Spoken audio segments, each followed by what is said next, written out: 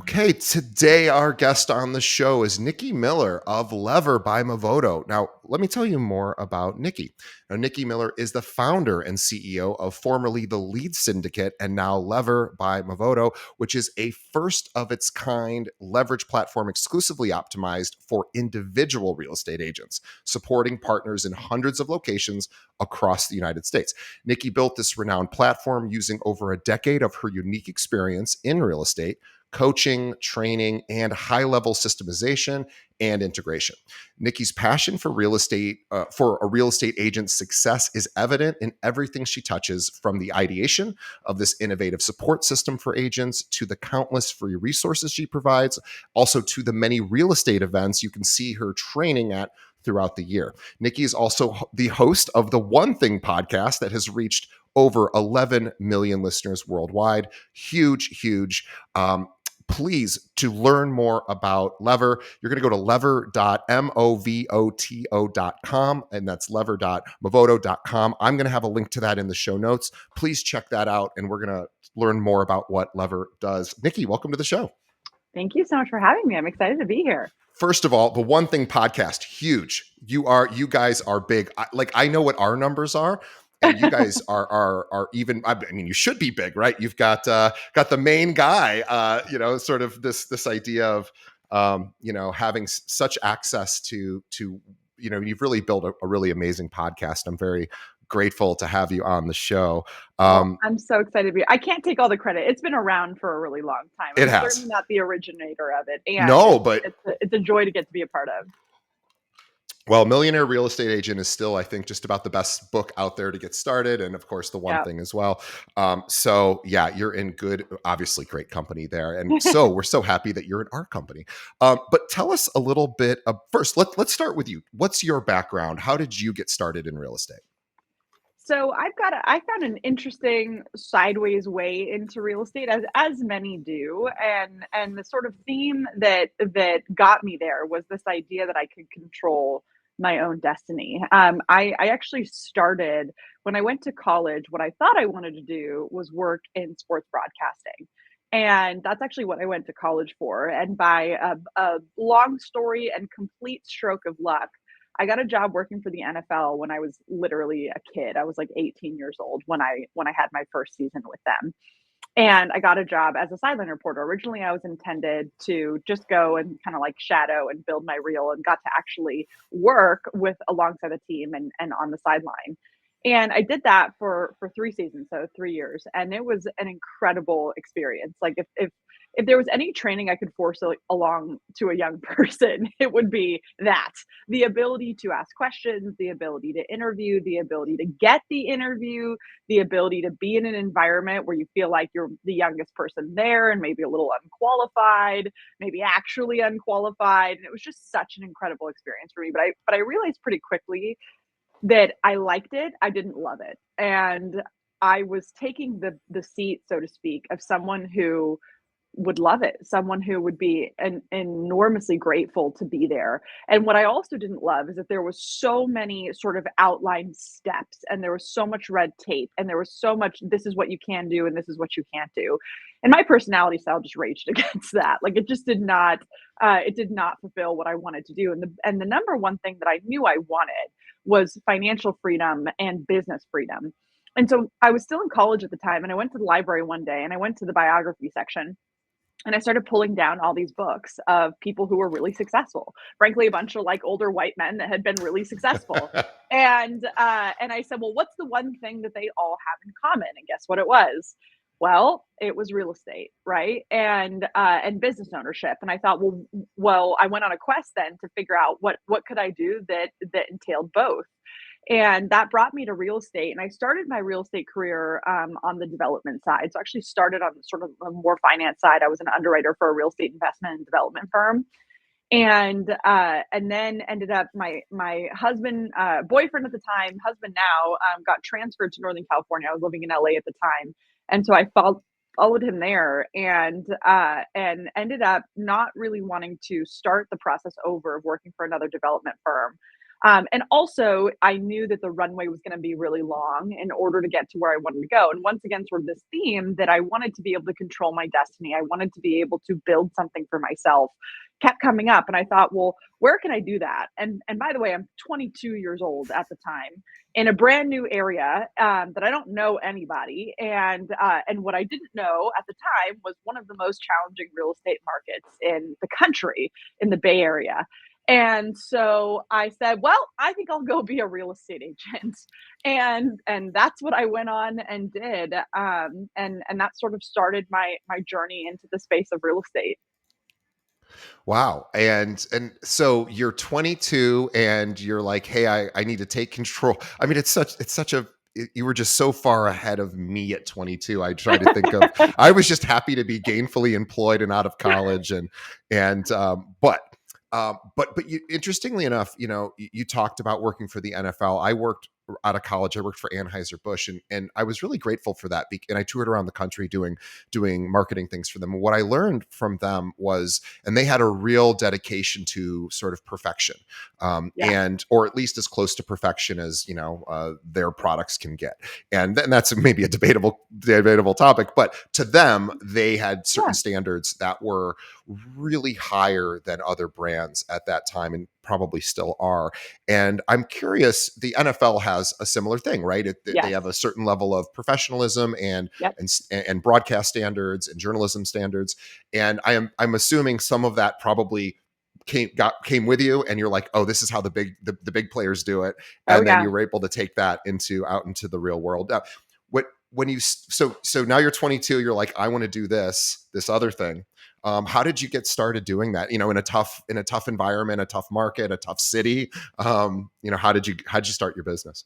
Yeah, I mean, I think the thematics for what I would later do in my real estate business were there. As the Stoics say, the obstacle is the way, and I can very much say that every obstacle that I faced in my real estate career ended up being instrumental in my success later. And had I not had been faced with that, I don't know that I would be talking with you today. Sure. And so early on, I mean, I remember when I started, the sort of number one piece of advice that still to this day, right? Like real estate hasn't changed that much. I always say when people ask me, well, what's different from when you started? I say nothing and everything. Nothing in the sense that how they advise you to get started and how they advise you to build your business isn't any different. And by the way, that's not a bad thing, right? The principles of how to be successful in real estate haven't really changed. The market, however, and how to access the consumer and the rules of real estate, that's all changed, right? And so it's sort of this dichotomous industry in that way. But when I started, the number one piece of advice was, well, go and talk to your sphere of influence. Like that's how you went and built your business. It was go Sure. talk to all your friends, go talk to the people in your database. And I'm 22 and brand new to the area. And Like and number none of your one, friends are buying homes in San exactly. Francisco at 22, right? Exactly, like, even if I did have friends there, which I didn't, that none of them could afford homes, Right. and I knew nobody, like, I literally knew no one, and so, that advice just didn't work for me, so I was required to sort of rethink this idea of how to be successful, and the way that I did it was, I built my whole business door knocking, so I literally was out there Wow. every single day door knocking, and by the way, in this process, I got all the sort of like vitriol that a young person in our industry can get, which was again, I'm in the most one of the most challenging real estate markets in the country. And I'm 22 and brand new, and everybody's like, "There, good luck, kid. Like, there's no way that you're going to be able to build what you want to build here. You're too young. You don't know anybody. You don't have any like friends. Blah blah blah." And I just said, all right, well, if all of that is true, then it's just going to require that I rethink how to be successful. So I don't. I wish I had like a Cinderella story of my first year. I don't. I wasn't successful really fast, which I also think was quite a gift for me. Um, I door knocked my first year in real estate. I door knocked 356 days that year. 356 days. The only Wow. days that I took off was because I also got married that year. And that was literally the only time that I took off. But I door knocked every single day, and I sold a sum total, a grand total from January to December. I started in January of one house that year, and it Yeah. wasn't even from door knocking. It was from doing an open house, and so I looked up and realized that when I started studying, one thing I've always been really good at, a theme in my life has been that I'm just a student and I'm perpetually a student. And I watch what other people are doing. Again, I'll go back to the story of me being in college of like, I didn't need to go and figure out how to be successful. It's like successful people have lived before me. Let me just go figure out what they did and I'll just go model it. And so when I looked at all the people who were really, really successful in our industry and in my area, the one thing they all had in common was time. That was really it. Like the one thing that they all had in Yeah. common. Yes, some people were from there. Some people had done different types of lead generation, but the one commonality they all had was time. That they had been in the business for a long time. And I was like, I looked up and said, okay, well, I've only been in it for a year. I've only been at this for a year. And I made a deal with myself that I'm going to keep doing what I believe is the right thing. And if in 3 years I'm not successful, then I'll rethink it. Like if in 3 years I've actually put my best foot forward and I've actually put the most amount of effort into this that I could, then I'll start to rethink it. And by the way, I was like, well, in 3 years I'm only going to be 25. Like I got a lot of life in front of me, so I might as well. And one of the things a lot of people that I meet, especially young people, are worried that their youth is going to work against them. And I always say the beauty that young people have that I think you lose as you get older is that you're just like so young and stupid that you don't know any better, Yeah. right? Yeah. Yeah. Right? Like you just don't know any better. And so many other people would have quit. And I was like, well, I don't have anything better to do. Might as well. Right. And so I said that was my deal with myself. I said, if in 3 years I haven't made any progress and I'm still knocking doors every day and not being successful, then I'll quit and I'll find something else. There's lots of other things I could do. So the first year I was entirely unsuccessful, but the second year compound interest hit. And because of all the work that I had done in that first year, I ended up the second year in business. So I'm 23, being the number one individual agent in our office. Wow. And that was how I did it. And like I said, it wasn't it didn't happen quickly, which I think was a gift for me. I often actually sympathize for people who in any business, right? But we're talking about real estate on this podcast, but in any business that are really successful really fast because it's just so rare and it rarely sustains. And you lose the ability to problem solve and work through challenges and you lose the ability to stick with it when it's really hard, and I think that was just such a gift for me. Yeah, they call it the gift of desperation, right? Like the gift Yeah, of just going, "Hey, I'm just going to do this thing," and yeah, other people have done it, so I don't see why I couldn't. I will say though, door knocking, it probably sent shivers down the spines of a lot of our listeners when you said that because it seems so counterintuitive. Well, it just does. If we don't look, the average person doesn't like to their door not to be knocked upon. That being said, here you are in your second year being the number one agent, so the results were there. yeah. What did you learn from door knocking? Well, what I learned was that, foremost, what I learned is that how you communicate your reasoning for being there is everything. Because you're absolutely right. People don't like to be disturbed for no reason. Sure. So you have to come up with some type of value, and you have to be of value to the consumer, right? I've long said it's an interesting phenomenon happening in real estate right now, given the changes that are happening in the industry because of the changes within NAR and the recent ruling. Mhm. Everybody's all of a sudden like, yeah, we should really figure out our value proposition. I'm like, why are we just now figuring that out? Y'all should because have had that because figured out because nobody a had long to time do ago. that. We didn't. Exactly. Exactly. And you did, because when you're knocking on a door, you better have something of value to say, because you got about 4 seconds, right? And I'm Yes. guessing, I'm going to guess at your value proposition, and tell me if I'm wrong, because it's the only thing that I could think of that might possibly work is, hey, I think your home is appreciated, or I would love to give you an updated, estimate on what I think your home is worth today. Was it some version of that? It So I had a series. So I'll give this to anybody who wants to go out and door knock because that's a great one.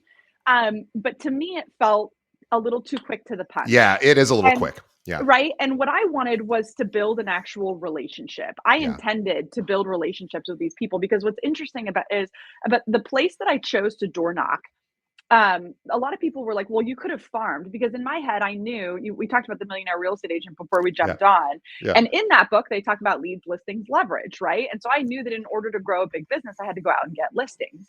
But most people were getting listings when I was listening to where people were getting their business from. Most people were getting listings from their sphere of influence or Sure. from their past clients or from whoever. I'm like, I don't have any of that, right? So I thought to myself, well, where can I go that people own homes and would want to list with me? And door knocking was literally Go the only straight to thing I their could home. come up with. Exactly. Because I couldn't afford to, I was so early in the business and Yeah. I didn't have any money. I couldn't Sure. afford to do farming or anything like that. So I walked and farmed. And the place that I chose, there had been an agent, and I remember everybody telling me, don't try and farm this area. Don't try and door knock this area. It's been the same agent in there for the last 30 years, and Yeah. she owns the place. Sure. And I watched her and I would go to her open houses, and she did. She was like the mayor. She knew everybody, but she wasn't door knocking and she wasn't providing any value. And all she did was continue to list homes, which is of course valuable, but she wasn't adding anything else. And I thought to myself, okay, well, if I can provide more, if I can get in closer connection, well, then at least I'm going to be another option for them. Because what if somebody doesn't want to work with that person or doesn't want to go that route? And so what I did was I just started by meeting everybody. And my opening script was, "Hey, I'm Nikki. I'm your local realtor. We haven't had the opportunity to meet yet. I know this because I've never door knocked this area, right? We haven't had the opportunity to meet yet, and I'm going to be coming by every 3 weeks or so. Do you promise to open the door for me when I come by?" That's a And great. I love that. that was it. And then I would leave, and everybody was like, "You didn't ask for the business. You didn't do that." And I said, Smart. No, that's really Exactly. smart. I didn't need to. I just needed to start the relationship. And the biggest thing is that I needed to uphold my promise, because the biggest objection that I had to handle was that I was 22 years old, right? Like, and people were worried that I was somebody who behaved like a 22-year-old, Sure. right? And so I showed them through my consistency that I was actually who I said I was and that I would do what I said I was going to do. And then I just would go through a series of value, value, value, value, value, and then make the ask. But even the ask was still value, right? If the listeners haven't read Jab, I think it's Jab, Jab, Jab, Right Hook by Gary Vaynerchuk, really similar to the sort of cadence that I put out. And it was really just me going to their door every 3 weeks, just like I promised, and saying something of value, right? It was, yes, here, do you want to market analysis, or do you want to know what's been happening in the neighborhood? Or, Yeah. hey, I just referred a landscaper to your neighbor. Do you need anybody like that? Gotcha. And then eventually I would get their information by saying, "Hey, I send out a monthly newsletter. Your neighbors are all on it. Would you want to be in on that list?" And I would get their info. And then all of a sudden they were in my database. And it happened, I always say, slowly and then all at once. Like, it took a long time to get to that point. And then all at once, I took over that neighborhood because I was the agent who was out there doing the things to provide value. And the most important thing that I did, the most important thing I did, which I think I see a lot in the world of real estate, is that I didn't stop, Yeah. right? So Yep. many people stop They get after right the to the success edge. They comes. don't see that they're right there because they can't see it. They just don't. They give up because they like, well, I tried it and it didn't work. Yeah. Yes, or they do this thing that makes them really successful. They do open houses, or they cold call, or they door knock, or whatever it is, and then they get successful and Right. they stop. It's Sure. the craziest thing. And so it's ultimately, I think the success was predicated on doing the things and not giving up, but also continuing to do the things after they started working. Yeah, well, it's one of those things too that our listeners can probably identify with, which is realtors, of course, have to wear all these different hats. And Yeah. once you start getting busy, you start associating working with my current clients as busy, which it is, and it can take up an entire day servicing, one client or two clients, and then all of a sudden, a weeks go by and you haven't done any prospecting because Yeah. you were busy doing. Brian Buffini talked a lot about this. Was like carve out an hour every day Yeah. for lead generation or at least developing better relationships with your sphere. Do that every hour, do that 1 hour every day. And if you don't do that, you sort of lose the day, even though you may have been busy from 9 to 5 helping an existing client.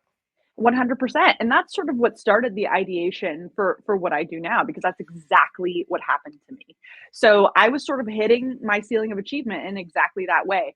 And I at least had a good head on my shoulders around lead generation, because I knew that there was no luck in any of my success. It was like pure unadulterated hard work, right? And so I knew that if I stopped doing those things, that the results would go away, right? And I saw all this compound interest happening, and I didn't want it to slow down. But then I would look around me at the other individual agents, and I saw sort of the business roller coaster that they were on, right? And so I looked up and I said, okay, well, I don't want to be on that roller coaster. So I went into my manager's office one day and I said, hey, like I've hit my ceiling. I have I more yeah. clients than I can handle, right? And I don't know what to do now, because I don't want to stop lead generating, but I literally don't have time. I'm Yeah. doing all of the things, I'm managing all of the things, and I don't want to be on the roller coaster. Help me get off. And she said, okay, well, now here's what we do next. We're going to get you a coach, and we're going to teach you how to hire people, and we're going to teach you how to fire people. And we're going to teach you Right. to be HR and take on all this overhead and Now build you're now you systems have for another marketing. job. Yeah, and that's literally what I said. I was like, "Wait a minute. I came in here because I'm out of time, and this sounds like another job. This sounds like a whole 'nother job."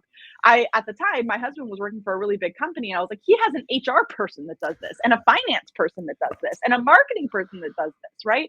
And I was like, "I don't wanna do all of that. I'm one person." And she said, the famous words I hear in real estate all the time, "Well, this is the way it's always been done." And so I tried it that way. And mind you, at the time, I sort of raged against this anyway, because I'm 23 years old, right? Like in my head, I'm like, I have a goldfish that I'm responsible for. Like, I don't want to be responsible for another human's livelihood, right? And I just resisted the idea of having to take on this overhead, and having to take on the responsibility of managing someone and building all of it, because I actually love real estate. Like, I really love the process of selling real estate, and that's just what I wanted to do. And I really raged against having to build out these systems and hire people and manage this overhead and all these other things. I didn't At the time, I really didn't want to be a part of the business side. And so I tried it, and did not do well.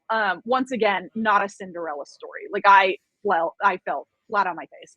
And so I went back in her office 6 months later and said, "Hey, thanks so much for all these classes and for the coach and all these things, but I don't want to do any of this. Like, somebody before me has figured this out, and I would really like to just pay them to do it."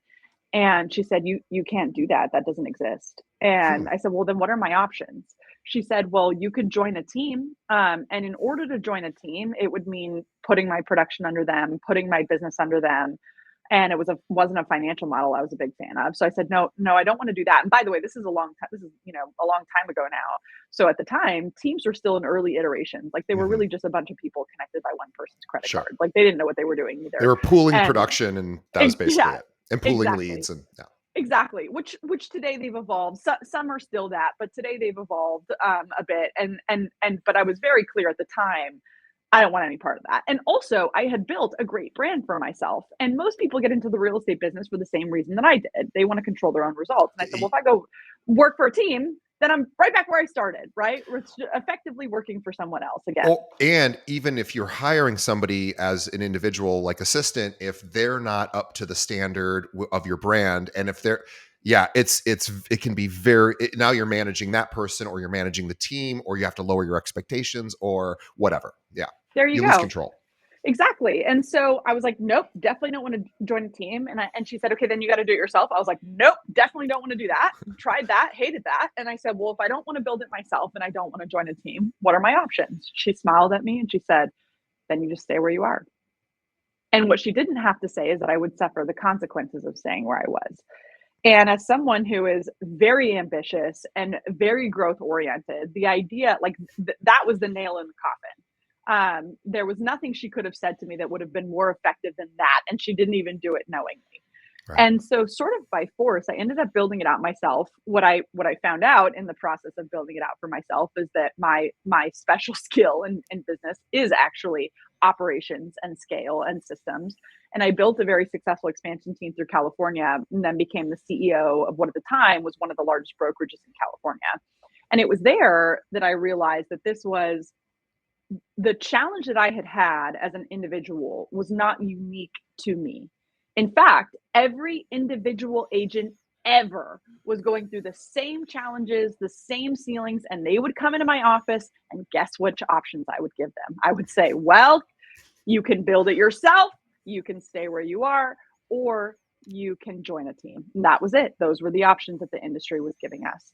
And I felt at one point, I remember looking at myself. I had a really hard conversation with an agent who was a lot like me, who was a really hard worker, became successful, loved real estate, and just really didn't want to join a team, but didn't want to build it themselves. And she looked at me and she said, Nikki, somebody's got to figure out a better way. Like this is madness. And I don't want to stay where I am. I don't want to build it myself. And I don't want to join a team.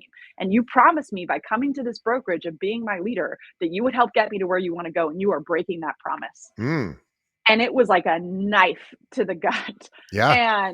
And from an integrity standpoint, like I remember walking to the bathroom after that in tears and looking in the mirror and saying, she's right. Like I made a promise as a leader that I would figure out the best way forward for our people. That's your job as a leader, right? And I realized in that moment I absolutely wasn't upholding it.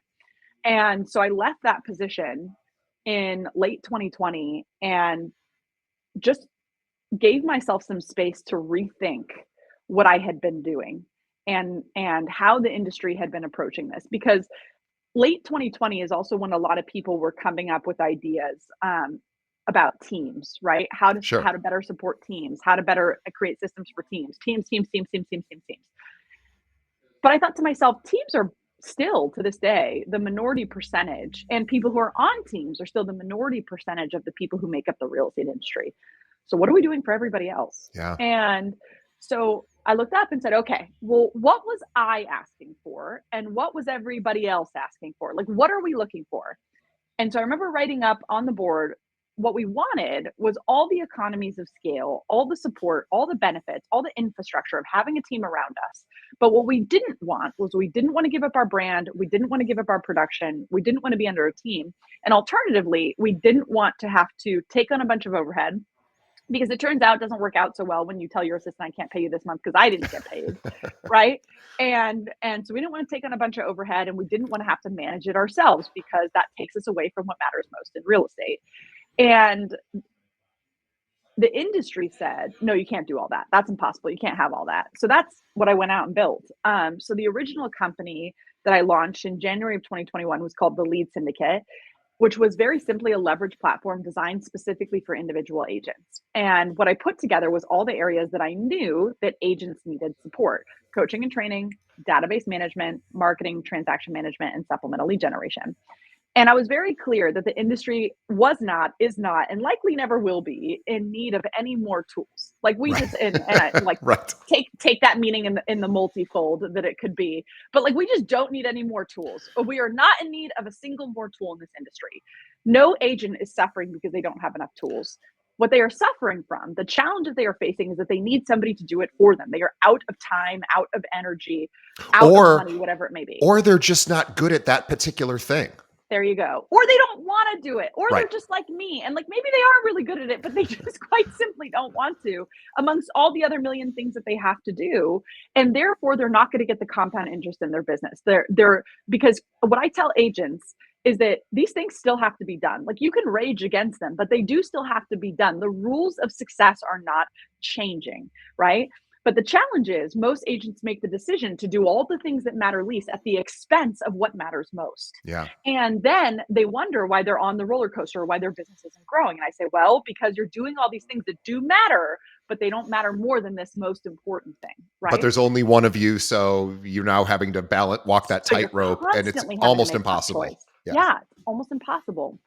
And so I built this leverage platform. And what I anticipated, and at first everybody told me, they were like, Nikki, this is crazy. First of all, nobody builds things for individual agents. There's a reason. Exactly. Which I love. Yeah. Yeah. And so they were like, don't. I literally had mentors, some of the smartest minds in real estate, who looked at me and said, don't do this. It's going to fail. Well, also too, And like another thing that people say is individual agents don't spend money on tools and products outside of what they're given at their brokerage. Teams do. right. We know teams do, but that was another hurdle. Yeah. Yeah. Which is true, by the way, but again, it's not because they're cheap or because they don't wanna spend money. I think that's the biggest challenge Yeah. that I've seen in real estate, and I think this comes from, again, all the challenges I face and all the things I've done really led to sort of the perfect summation of the ability to build this out. Because I have a habit in the real estate industry when someone tells me I can't do that, or they say this fact is true, I'm a trained reporter. Like, I'm gonna ask, what makes that true? Tell me more about that. How do you know that that's true? And you're right. A lot of people said to me that exact phrasing of individual agents don't spend money.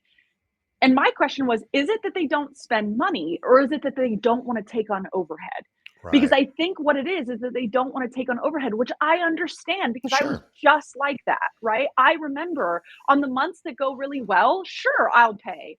But the months that go really badly, I've got a family to take care of, right? And so I don't want to expend a bunch of money. And I understood that. And I still understand that. And so I looked up and I basically said, from a financial standpoint, too, how do we build something that makes our success intertwined? Because the other challenge that I had is that I had paid for a lot. I was not afraid to spend money in my real estate business, probably too much so, and was not watching my money.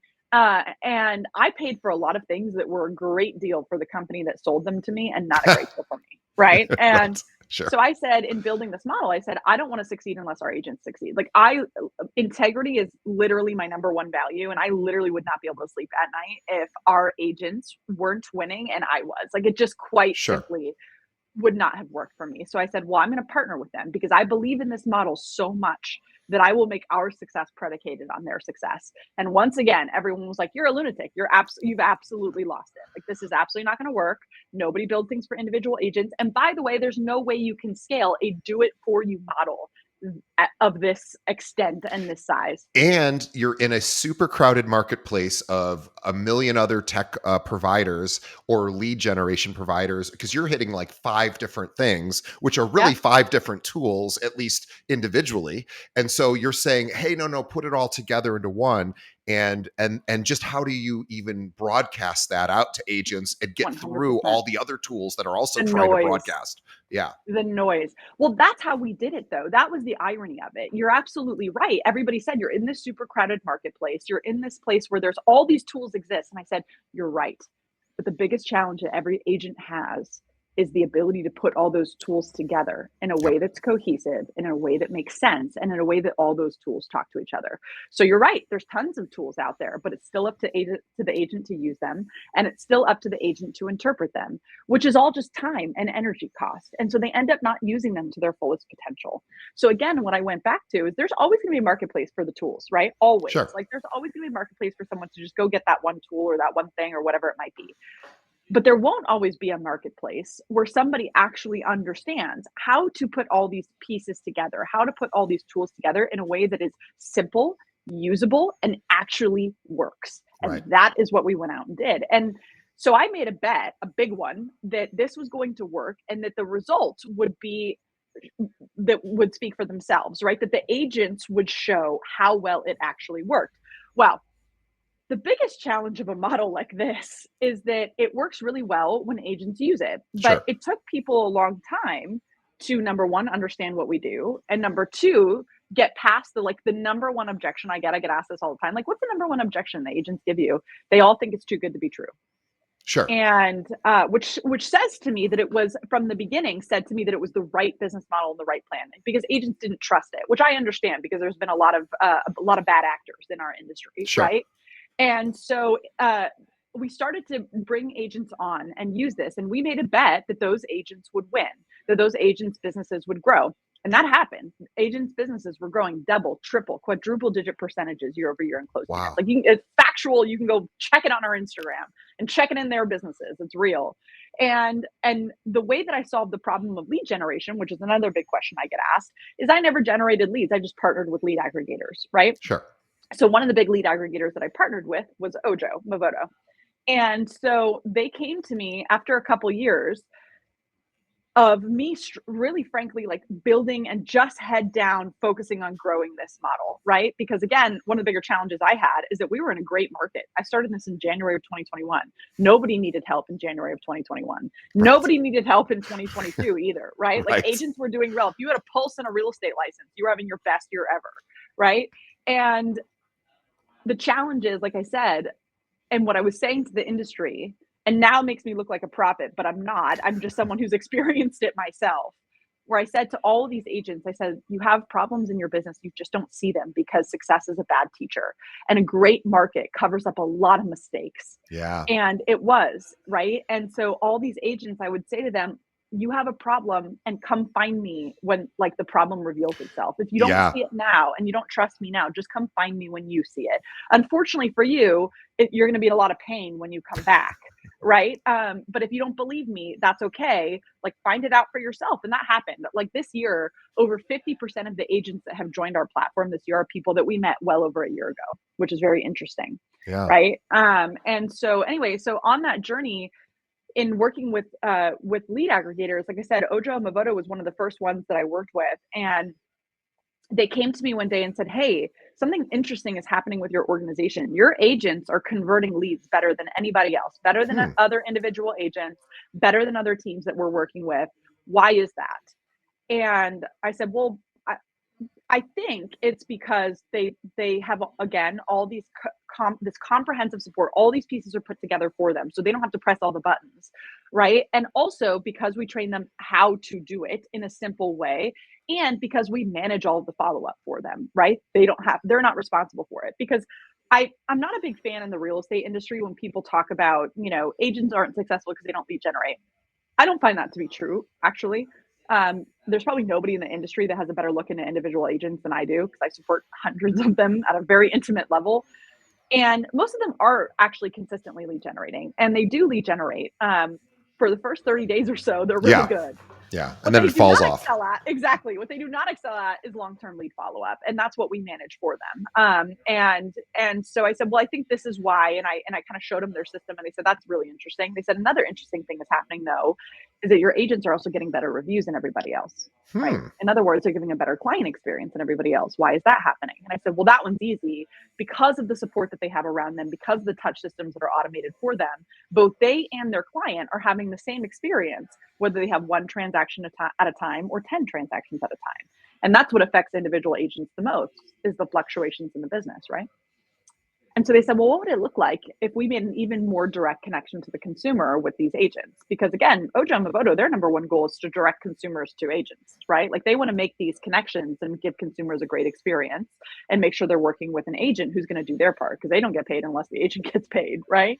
Yep. And so that started the conversation of what it would look like for us to partner and eventually led to the acquisition of the LEAD Syndicate by Ojo and Movoto. And together we launched Lever by Movoto, which is effectively that same business model now powered by Ojo and Movoto connections at an even deeper, more intimate level. And so Ojo Movoto, they are the lead gen or lead aggregators.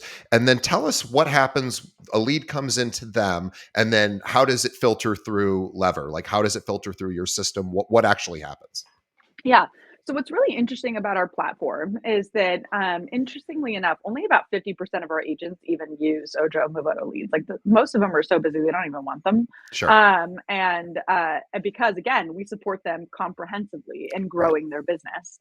But when they do get those leads, so a consumer gets connected to an agent, and then we're training the agent how to bring that consumer from that phone call to a closed transaction. Sure. Because again, it's not a cold lead that they're receiving. This is No, usually it's a somebody's consumer raised their who raised hand. their hand. Yeah. Yeah, exactly. Who said, "Hey, I found 123 Main Street on the website and I'm interested in it." So we teach them how to work this particular type of lead generation in order to get to conversion, in order to increase the likelihood of conversion, and in order to get to the appointment.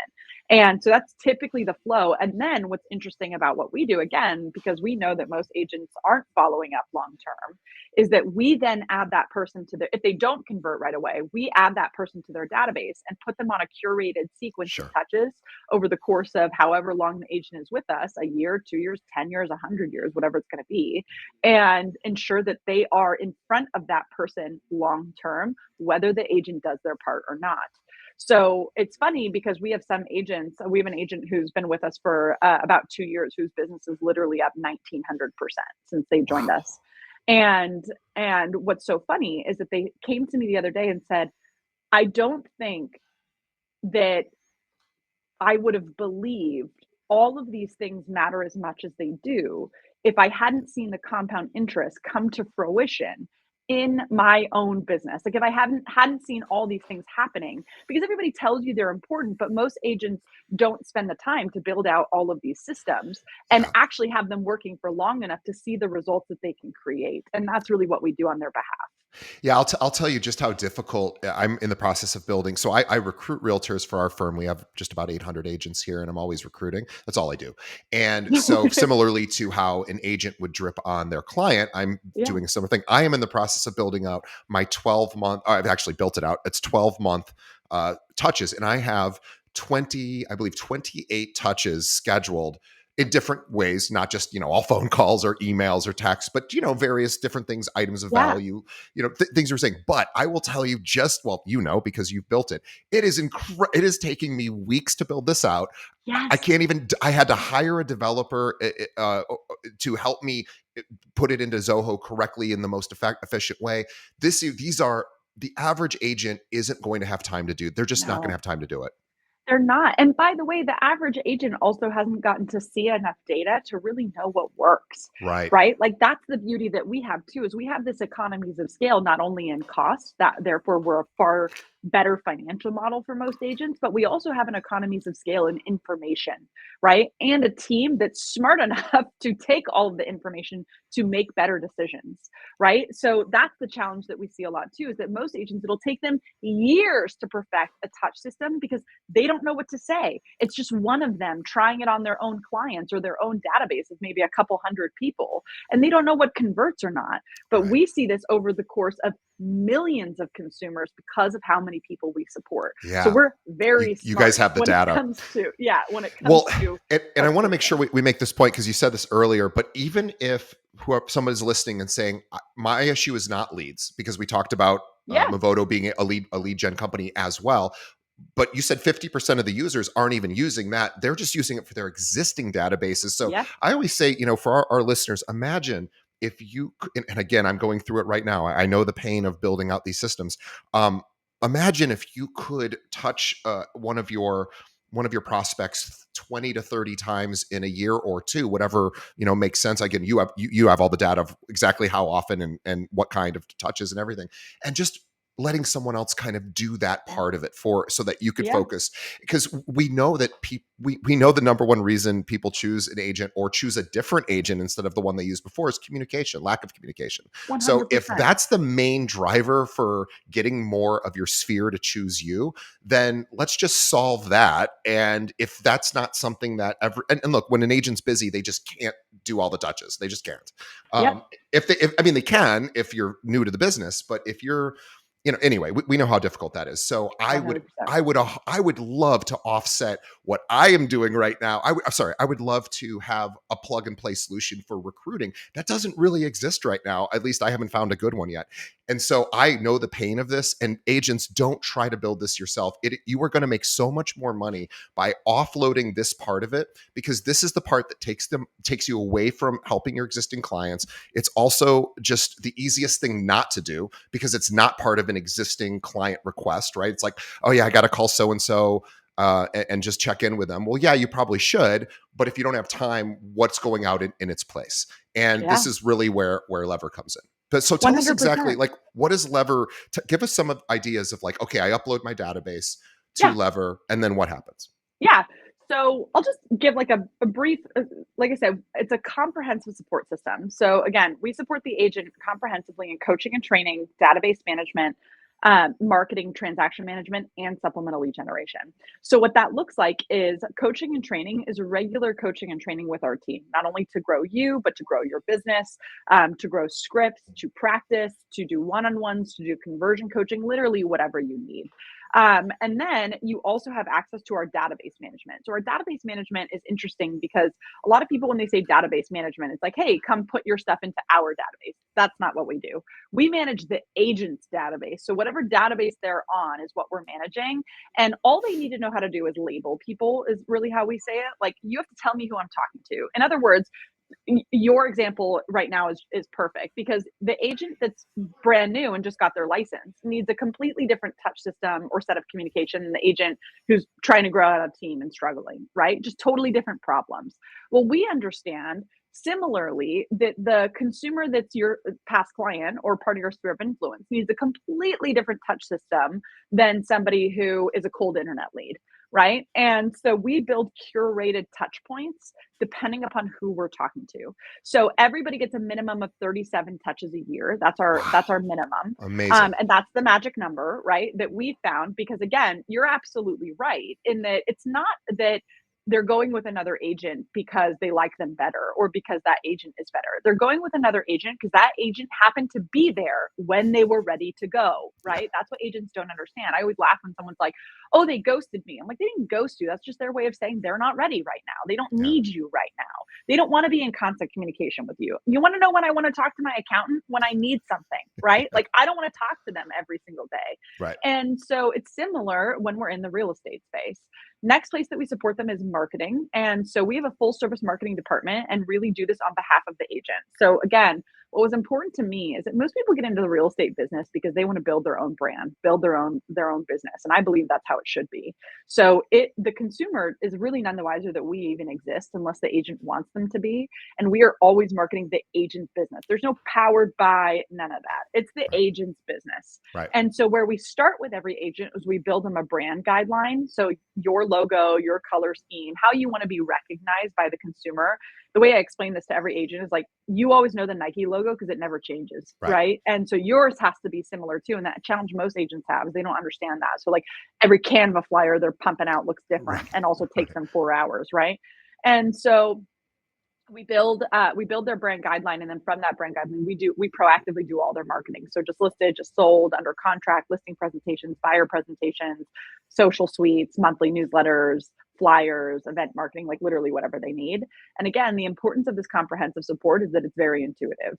So for example, again, we also manage the agent's transactions, which is transaction coordination, as well as basically having an assistant during the transaction. So we're Sure. like scheduling the sign in the yard, we schedule and pay for photos, we're sending out postcards, we're coordinating with clients, getting inspections done, we're putting them on post close plans, getting reviews, things like that. And the importance is that when you get a transaction, what most agents don't realize, and where the actual expenditure of time and energy happens, is in all the things that have to happen even if you have support, typically in a typical environment. Like, I'll explain it to an agent when they say, well, I could just get an assistant. Like, you could, but does your assistant need to be told everything to do? Do they Right. know You the have to train systems to that build out? assistant. Yeah. Exactly. And so what's interesting with us is that when an agent gets a transaction, you don't have to ask us for marketing. We know you need marketing. And so it just automatically happens for you. You don't have to ask us to send it to your database. We know you're going to want to send it to your database. That automatically happens for you. You don't have to ask us to put it out on social media. We know you want to put it out on social media. So all these things are just automatically happening on your behalf, and all under your branding. And then last but not least is the supplemental lead generation. So some of our agents totally access our Ojo and Movoto leads if they want to grow. Some of our agents come to us because they want to have a lot of growth in their business and want to add another vertical of lead generation. And then some of them come to us because they just really need support for the business that they have. And so some of the supplemental lead generation support is also supporting however they are lead generating. So playbooks, follow-up systems for whatever they do to already lead generate in order to convert at a higher level. So a lot of our agents, the biggest challenge I see in the industry is that agents are constantly looking for the transaction that's right in front of them, right? They're constantly looking for the transaction that's 30 to 60 days out. And that's where all their energy goes. But then all this work that they're doing to find that transaction that's in 30 to 60 days just sort of gets flushed down the drain Right. because they don't have any system to keep the To keep it going. consistency happening. Exactly. So therefore, they never get the compound interest that they could get. They never feel the experience of that because they're just constantly looking for the next thing. And it just breaks my heart. What I tell every agent is there's a better way. There's a better way to do it. Yeah, I mean, even if somebody were to automate home anniversary card, postcard, email, text, whatever. Yeah, That's a huge victory right there. If someone, 100%. because you sell somebody a home and then you're like, well, they're probably not going to need me for 7 to 10 years according to the Yeah, statistics. So what am I going to do between now and then? Well, I'll still put them on my monthly newsletter, blah blah blah. But what am I really really doing? How am I really actually staying in touch with them? Newsletter's fine, it's good, it's one piece, but there's a lot of, like you said, you want to really continue to touch people after the transaction. And I don't know if it's still 39 touches every year after a probably. transaction. Still 37 touches a year. Or 37, sorry. That is interesting to me. So I am super interested in this. So imagine, guys, men and women, of course. I just say guys because I'm in the Midwest. We say the word guys. Our listeners. That's why everyone thinks I'm from Texas. I switched to y'all to not offend anyone. I And totally everyone thought you thinks were I'm from Texas. Texas when we first Everybody started. does. I said, "You're in Texas, right?" She goes, "No, I'm an LA girl." But anyway, so everyone listening, we think about like putting these 39 touches or 37 touches together. Imagine what that would do to your business. I promise you, if nothing else, you will get a couple more transactions a year, and it will be probably a lot more than that. But at the very minimum, a few extra transactions a year seems Yeah. like a no-brainer in whatever the cost of the service is, right? Because if I can automate that part, which is really a lot of sweat equity too, right? It's a lot of just time in front of the computer doing Learning all what of the works, yep, putting it all a together. lot of time in Canva, a lot of time just doing all of these different systems in different systems, running the systems in usually in individual systems, and then letting you guys really take that over is. I wish there was a solution like this for recruiting. So, and I'm sure somebody's Yeah. probably building one. Maybe somebody listening to this will think of build one. Well, you should go solve the problem. You should build, if you're building it for you. I think this is what's so interesting about what I've done and how I knew that it was going to work. It's not because I'm not smart or because I'm special. It's because I wanted it, right? Like Yeah. our problems never exist in a vacuum. Never. No. If it's a problem for you, it's a problem for other people. Like every great business that has ever come forth was because somebody had a problem. And said to themselves, well, if this is a problem for me, this is probably a problem for other people. And so when everybody said this is never going to work, I'm like, and I said it will. It's the only reason I knew is because I would have signed up for this. I would have looked at this and been like, 100%. where do I sign? Because it was everything that I wanted without all the things that I didn't want. Well, I think that is a perfect place to wrap, because everything you wanted without the extra stuff that you don't. It's like getting a CRM and going, "Oh my God, they have 50 amazing features," and then you're like, "But I'm only really going to use 3 of them," Yeah, right? yeah, And then exactly. you have this weird sort of feeling every time you log in, going, "I'm not utilizing this thing enough, and I'm just not really." This is where you want to offload all of that to someone else and say, "You figure it 100%. out. I've got better things to do," which is usually client facing stuff. If the agent Yeah, can spend more time in front of the client, they're going to do much better, and less time 100, doing the back end stuff. So 100%. I am sold. If any of our audience would like to learn more about Lever, you can go to lever.movoto.com, movoto.com. But and they can also schedule a demo, I believe, as well. Correct? Yeah, yeah. So you can right from that website, you can schedule a demo. You can also find us, like we're easy to find. Find me on Instagram. Say, hey, I heard all this and I want to learn more about it. Just at the Nikki Miller. And if you want to schedule a demo, that's a great way to just learn more about what we do. If you want to talk to agents, you want to sit in on one of our development calls, like we are an open book because what we do actually works. So you are And welcome to learn all about it. what I really encourage our audience to do this. What I would do when I'm reaching out to Lever is I would say, "Hey, here's my main pain points. This is what I don't seem to be doing, or I'm not good at, or it's just taking too much time. Here are the things that, gosh, and forget about the fact that yes, this is going to cost money. Of course it is, but put that aside for a second and just think of the problem. Bring the problem to Lever. Have them come up with a solution that makes financial sense for you, because they clearly know what they're doing. They've got a great track record. If you're coachable, they are extremely useful to you. So reach out to them, lever.movoto.com. We'll have a link to that in the show notes. Let them know that you heard about it here on the Keeping It Real podcast. We appreciate that. Nikki, it was such a pleasure. By the way, also the One Thing podcast, guys, if you're not a Gary Keller fan, you should be. And The One Thing is one of his best works. And of course, the podcast One Thing is amazing. It's an incredible podcast with a lot of listeners. So please check that out anywhere podcasts are served.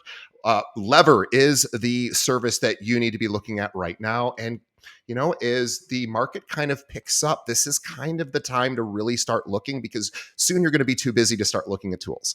So Yep. let's consider any downtime to be, an opportunity to explore options like Lever. So lever.movoto.com is where you go. I want to thank everyone for sticking around to the end of the episode. I want to thank our guest on behalf of the audience. Nikki, thank you. You are a wonderful addition to this industry. I'm so glad that we were able to showcase this exciting service. I rarely get excited about tech products and services because a lot of it, like you said, a lot of it's noise. It's not as much signal. This is signal to me. This is a really solid offering. Really encourage everybody to check it out. Do a demo. What do you have to lose? And you might just be the solution you need to make this year a little bit more comfortable for you as you do your deals.